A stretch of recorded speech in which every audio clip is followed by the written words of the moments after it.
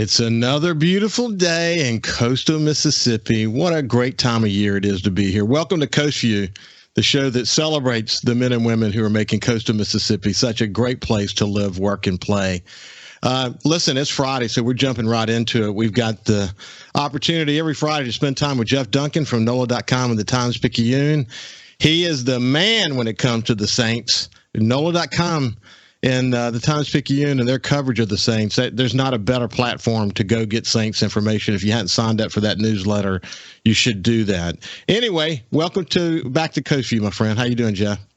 It's good to be back in the Gulf Coast, Ricky. I spent the weekend out, and actually most of the week out in San Francisco, which is beautiful country. Love it out there, but it's nice to be back home. I saw some of the pictures that you posted. And obviously not your first time there. You've been there many, many, many, many times over the many years. But, boy, there's a lot to like about some of the scenery there, isn't it?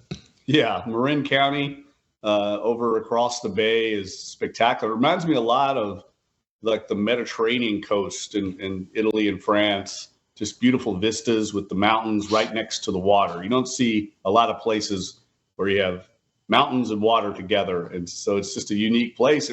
It reminds me a little bit, San Francisco reminds me a little of New Orleans, in that it's a major city with a very small footprint with distinctive architecture, history, neighborhoods.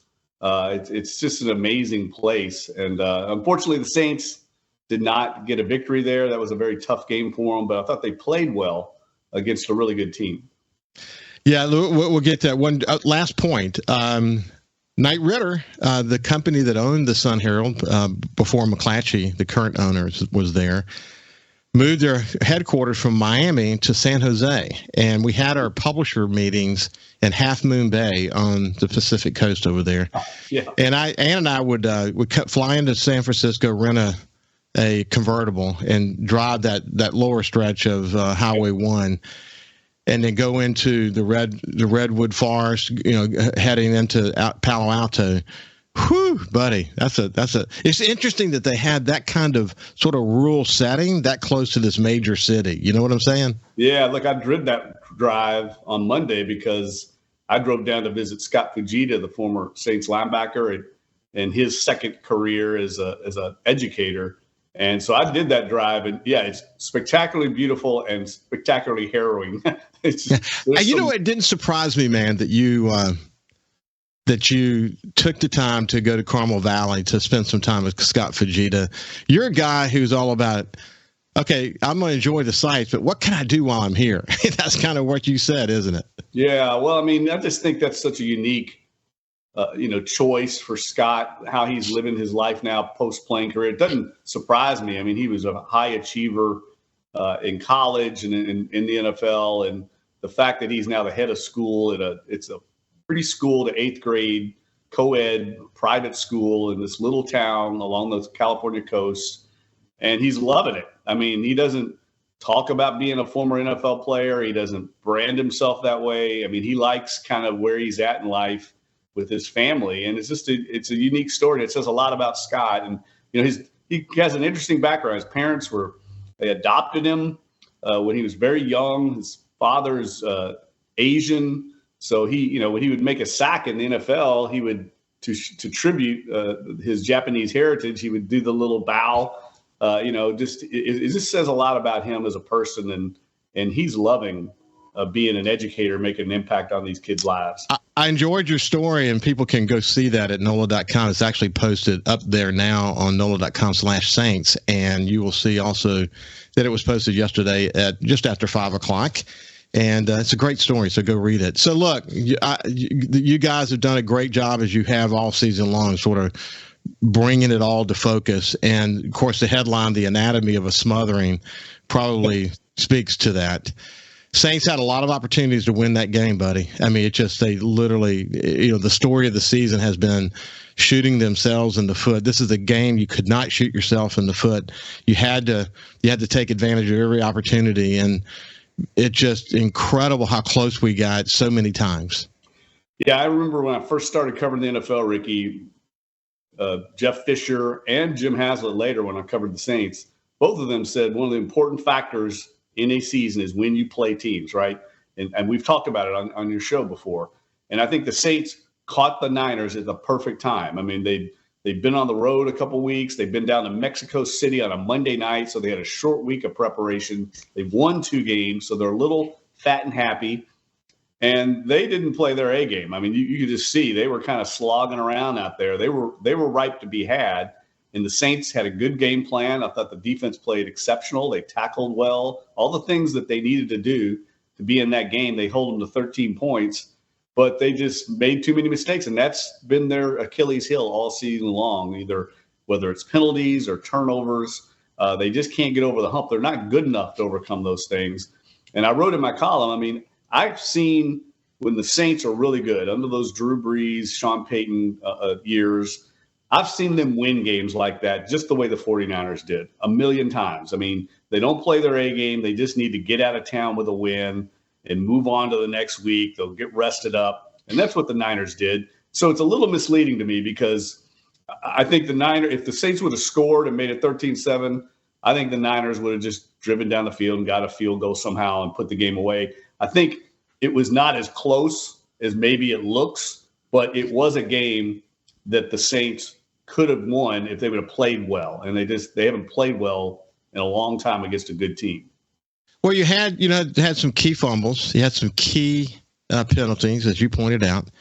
Then you had a couple of calls. Sometimes these calls go your way and sometimes they don't go your way, like the interception that got taken away and the catch that people arguably say was a catch.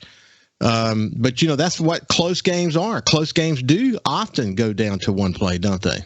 Yeah, I did think, I'm not a big officiating guy, but I did think there was a lot of bad calls both ways in that game. I felt like the crew was way too involved in some parts of the game, and then other parts they just let them play. I mean, they didn't call hardly any holdings. They didn't call hardly any, pass interferences. But then, the ticky-tack call on Chris Harris that took away the interception return, that was a killer. I mean, the Saints have been fighting and clawing all year to try and get takeaways. They finally get one, and it was a very minor. I mean, it could have gone either way. And I felt like on the opposite side, they took a touchdown away from the Niners on a George Kittle hold that was very similar ticky-tack. I mean, those are game-changing plays that you're calling back. I just felt like that, and I felt like the catch. And I'm going to write about that this week, Ricky, just to give you a little preview. If you go back and watch, you remember the catch that Chris Olave made against the Seattle Seahawks, when he got slammed to the turf and the ball came out in the end zone and they reviewed it.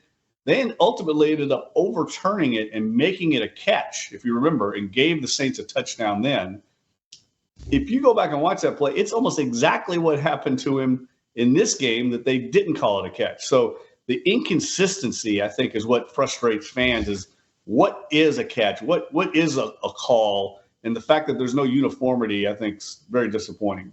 Well, when I saw the replay on that catch, my immediate reaction was, they were hoping with the red flag that it wouldn't be a catch. And I'm thinking, oh, my God, definitely it's a catch. I mean, he had full possession of it as the ball went to the ground, and it was, microseconds later that the ball came loose.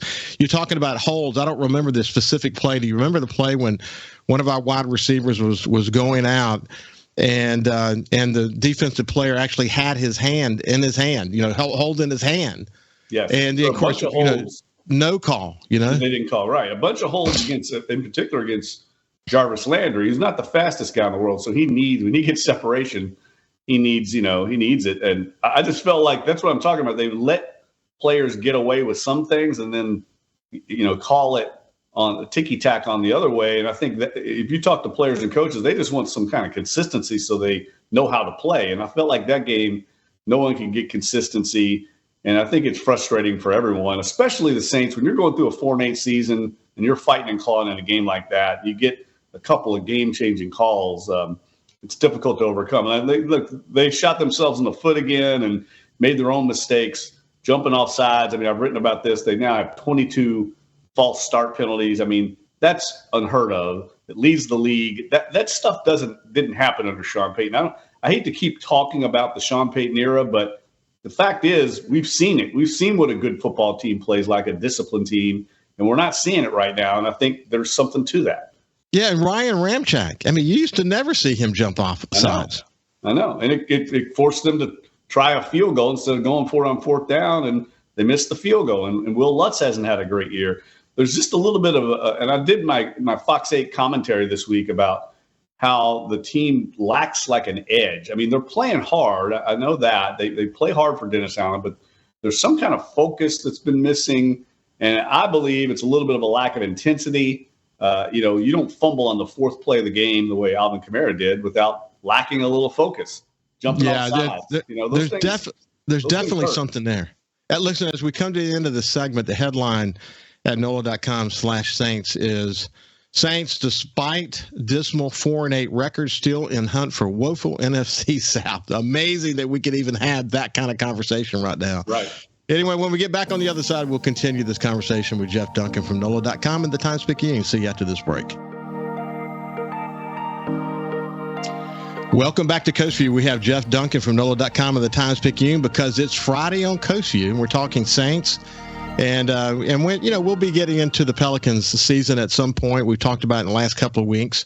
Zion's playing incredible, great ball.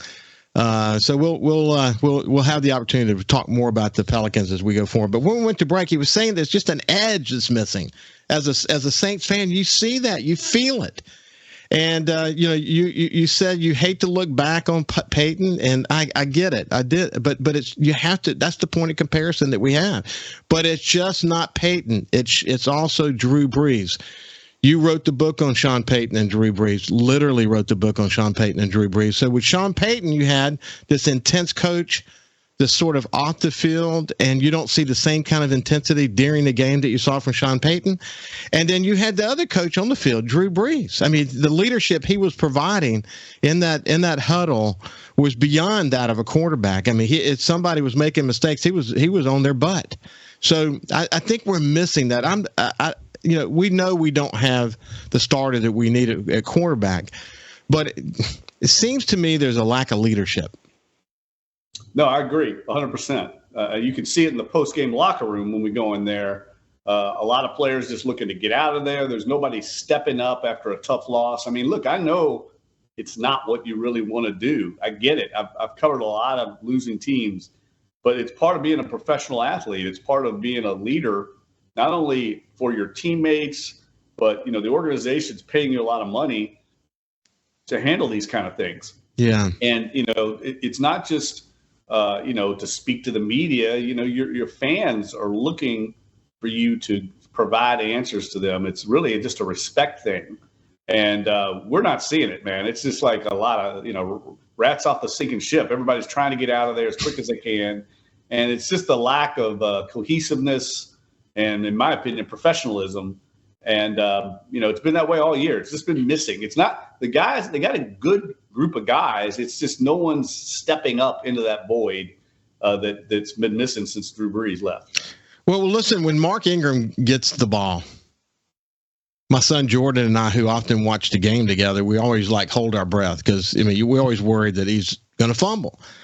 But you think back, and you never thought that way with Alvin Kamara, but now you're thinking that way with Alvin Kamara. What in the world is that all about? Yeah, he's got 4 fumbles now. It's the most he's had. He's only had one other year in his career, 2019, where he had 4 in a season. He's always been very sure-handed.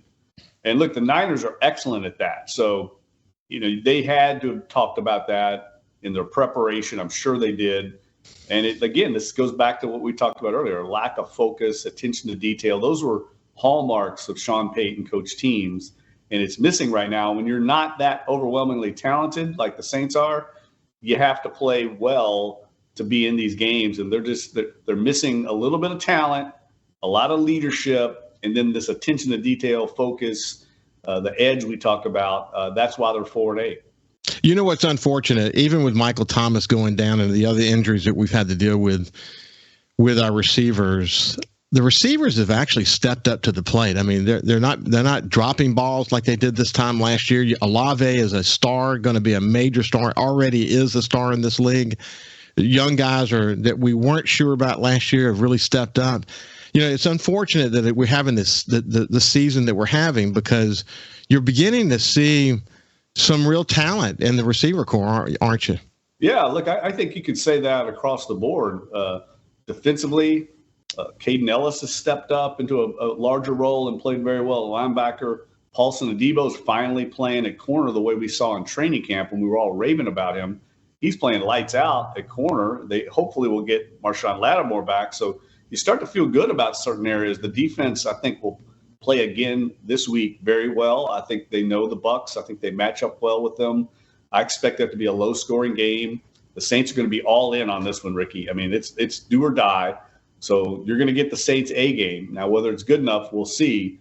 But I think there's some silver linings to this season, like you mentioned with Olave.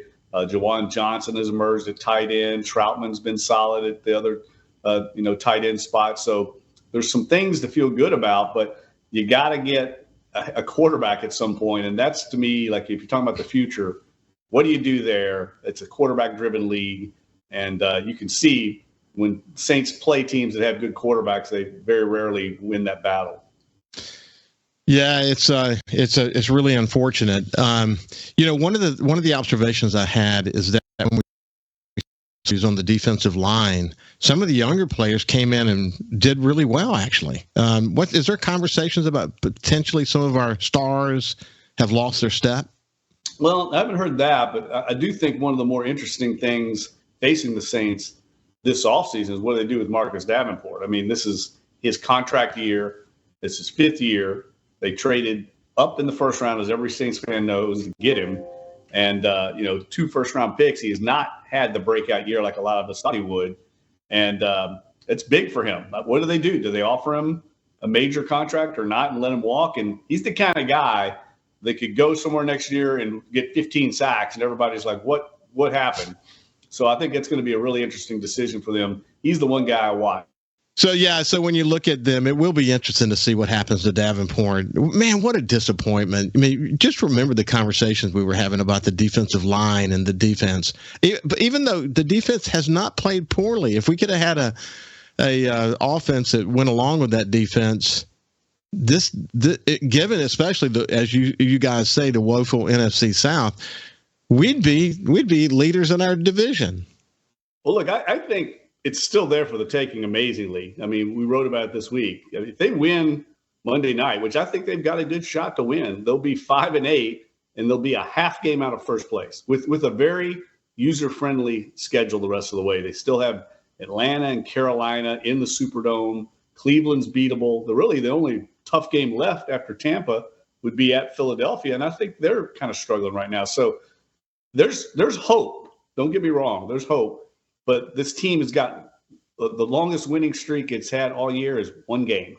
So it's hard for me to think that they're going to riddle off 5 wins, but you never know. You get some hope, optimism, and momentum. They are getting healthier. We think they'll get Marshawn Lattimore back, so that'll be big. There's a chance. And look, we got to remind ourselves, as I'm sure you will emphatically do now, that Dennis Allen, from a defensive point of view, and this defense in general, have had Tampa Bay's number. And if we get Marshawn Lattimore back, you guys had a headline that said we're a carbon copy of Tampa Bay. Who's going to be the better team going into that game?